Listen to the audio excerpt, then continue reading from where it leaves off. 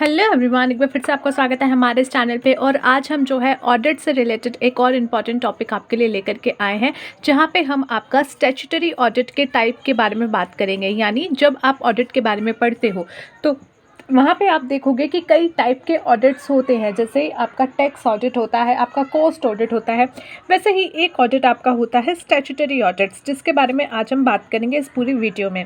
Exam के point of view से ये कितने मार्क्स का इंपॉर्टेंट है, तो देखो बच्चों, दो तरीके के क्वेश्चन इसके आ सकते हैं। फर्स्ट, जहाँ पे आपसे जो है टाइप्स ऑफ ऑडिट के बारे में पूछा जा सकता है, और वहाँ पे इसकी वेटेज जो है 2 मार्क्स से ज़्यादा की बनने के चांसेस कम होते हैं।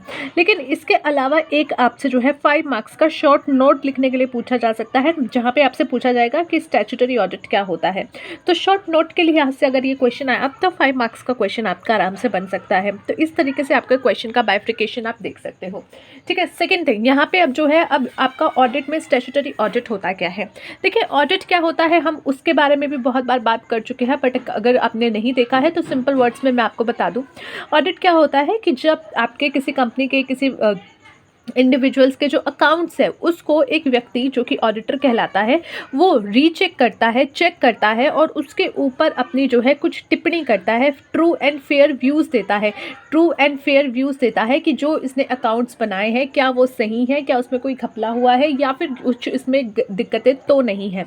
तो एक तरीके से आप कह सकते हो that rechecking of the books of accounts of any entity, जहाँ पे कोई एक पर्सन जो कि ऑडिटर कहलाता है वो करता है और उसके ऊपर अपने ट्रू एंड फेयर व्यूज़ देता है। ट्रू एंड फेयर व्यूज़ क्यों? क्योंकि अकाउंटिंग में अगर आपने किसी भी कंपनी की अकाउंटिंग की है तो वहाँ पे लैक्स में ट्रांजेक्शन्स हो सकती है। लैक्स में यानी कि नंबर्स ऑफ जो ट्रांजेक्शन्स है they could be in hundreds, thousand and even in lakhs, but it is not possible for any auditor to check all each and every transactions of any business. इसीलिए वो कुछ ट्रांजेक्शन्स ही check करते हैं और उसके basis पे अपनी रिपोर्ट बनाते हैं। तो इसीलिए यहाँ पे बोला गया है ट्रू एंड फेयर, क्योंकि ज़रूरी नहीं है कि उसने बोल दिया तो सब कुछ सही ही होगा, ऑडिटर को भी बगलाया जा सकता है। तो इसीलिए जो है यहाँ पे ट्रू एंड फेयर व्यू का वर्ड यूज़ किया जाता है।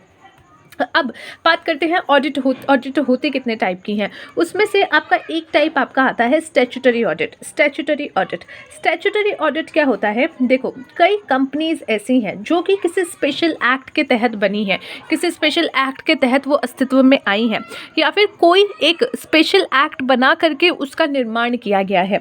जैसे अगर आप देखो तो सेबी जो है, सेबी क्या है? आपका security exchange board of India. तो ये आपका एक एक्ट बना करके ये एंटिटी बनाई गई है। तो इसी तरीके से बहुत सारी ऐसी एंटिटीज़ हैं, या फिर आप कह सकते हो कि आपकी ऑर्गेनाइजेशंस हैं जो कि किसी स्पेशल एक्ट के तहत बनाई गई हैं। उसी के वजह से जो है, अगर आप इस स्पेशल एक्ट की वजह से, किसी कानून की वजह से कोई कंपनी एंटिटी अस्तित्व में आई है, तो एक्सिस्टेंस में आई है, तो उसका जो ऑडिट होता है वो स्टैट्यूटरी ऑडिट कहलाता है। तो ऐसी एंटिटीज़ का ऑडिट होना आप क्या कहते हो? Statutory audit. Certain organizations are established under specific legal enactment and their working is also governed by the provision of the enactment। अब देखो, कुछ ऐसी ऑर्गेनाइजेशंस है, जैसे अभी मैंने सेबी का नाम लिया था, कुछ ऐसी ऑर्गेनाइजेशन है जो कि किसी स्पेशल लीगल एनैचमेंट यानी कि आपका लॉ, कानून के द्वारा बनाई गई है, और इसकी जो वर्किंग है कि इसका क्या काम होने वाला है, क्या राइट्स और ड्यूटीज़ होने वाली हैं, वो भी सारे प्रोविजंस उस कानून में होते हैं। और ऐसी जो कंपनीज होती हैं, it is legally mandatory for such organisation. इसी ऑर्गेनाइजेशन के लिए, ऐसी ऑर्गेनाइजेशन के लिए लीगली मैंडेटरी है। क्या है? लीगली मैंडेटरी है, ऑप्शनल नहीं है, लीगली है और मैंडेटरी है। Legally mandatory for such organisation establishment under various enactment to get their accounts audited. तो ऐसा लीगली मैंडेटरी है ऐसी ऑर्गेनाइजेशन से। कैसी ऑर्गेनाइजेशन? ऐसी मतलब कैसी? अरे ऐसी कैसी? ऐसी यानी कि जो कि आपकी स्टैट्यूटरी किसी लीगल एक्ट के तहत इस्टेब्लिश हुई है, तो यानी ऐसी। ठीक है। तो ये वाली जो है, आप अगर लीगल मैंडेटरी है आपके लिए, ये वाली बात ये आपके लिए लीगल मैंडेटरी है कि आप अपने अकाउंट्स का ऑडिट कराएं, और ये लीगल मैंडेटरी है, इसलिए जो वो ऑडिट होगा तो उसको आप कहेंगे स्टैट्यूटरी ऑडिट। ठीक है। Next is hence an audit of an organisation which is legally mandatory under any enactment is known as statutory audit. और इसीलिए आप कह सकते हो कोई भी ऑडिट किसी ऑर्गेनाइजेशन का, अगर वो लीगली मैंडेटरी है, क्या है? लीगली मैंडेटरी है अंडर किसी भी एनी एनैचमेंट के, तो वो आपका स्टैट्यूटरी ऑडिट कहलाया जाएगा। ठीक है। नेक्स्ट इज चलिए नेक्स्ट इसी में आपका थोड़ा सा और पॉइंट है, वो है in such an audit the scope of the audit, the qualification and disqualification of auditors, the right and duties of the auditor and the remuneration of the auditor and other audit related matters are usually specify in enactment under which the organisation are establish. जिस भी organisation जो भी organisation जिस भी आपकी announcement के अंदर establish हुई है, लेट सपोज ये अनाउंसमेंट है, ठीक है, ये कानून है, इसके अंदर एक एंटिटी जो है उठ के आती है, बन के आती है, इसकी एक्सिस्टेंस होती है। अब इसके जो भी ऑडिटर होंगे या इसका जो भी ऑडिट करेगा, उस ऑडिट का स्कोप क्या होने वाला है, उस ऑडिटर की जो भी ऑडिटर इसमें आकर के ऑडिट करेगा उसकी क्वालिफिकेशन क्या होगी, डिसक्वालिफिकेशन क्या होगी, उसको रेम्यूनरेशन कितना दिया जाएगा, अदर ऑडिट से रिलेटेड जो अदर मैटर्स हैं जो कि डिस्कस होने ज़रूरी हैं वो मैटर्स, ये सब ऑलरेडी इस कानून में जो है मेंशन कर दिया जाएगा, ऑलरेडी इस कानून में मेंशन कर दिया जाता है। It is mandatory for the following organisation to get their accounts audited. और ये कुछ आपके ऐसे एग्जाम्पल हैं जिसमें आपको पता चलेगा, एग्जाम्पल नहीं, ये कुछ ऐसे पॉइंट्स हैं जिसमें आपको ऑडिट होना ज़रूरी होता है आपका, जो कि स्टैट्यूटरी ऑडिट होता है।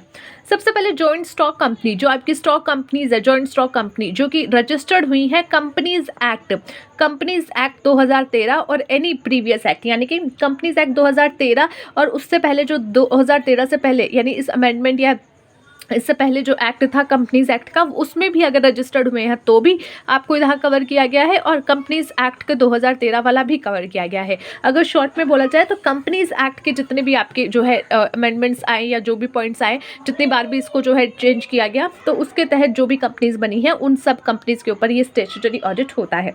Banking companies covered under the banking companies act 1949। Banking companies act के तहत 1949 के तहत जो आपका बैंकिंग कंपनीज एक्ट है उसके तहत आपकी जो भी कंपनीज बनी हैं, जो भी कंपनीज आई हैं, उसका भी स्टैट्यूटरी ऑडिट होता है। इंश्योरेंस कंपनी जो कि गवर्न की जाती है बाय इंश्योरेंस कंपनी एक्ट 1938, यानी इंश्योरेंस कंपनी एक्ट 1938 के तहत जो इंश्योरेंस कंपनी गवर्न हुई है। देखो, अगर आपको इंश्योरेंस कंपनी डालनी है ना, यानी कि आपको इंश्योरेंस कंपनी स्टार्ट करनी है, तो नॉर्मली कंपनीज एक्ट के तहत आप जाकर के काम नहीं कर सकते। कुछ आपके ऐसे बिजनेसेस हैं जिसके लिए आपको स्पेशल अलग एक्ट के अंदर अपने आप को रजिस्टर करना पड़ेगा। अब मुझे नॉर्मली कोई ट्रांजैक्शंस के रिलेटेड या फिर ट्रेडिंग से रिलेटेड, ट्रेडिंग यानी कि कोई भी सामान खरीद बेच के से रिलेटेड प्राइवेट लिमिटेड कंपनी डालनी है। अब ये जो मुझे कंपनी डालनी है वो मैं क्या करूँगी, कंपनीज एक्ट यानी कि नॉर्मल जो हमारा कंपनीज एक्ट उसमें जाकर के अपनी कंपनी रजिस्टर करा लूँगी।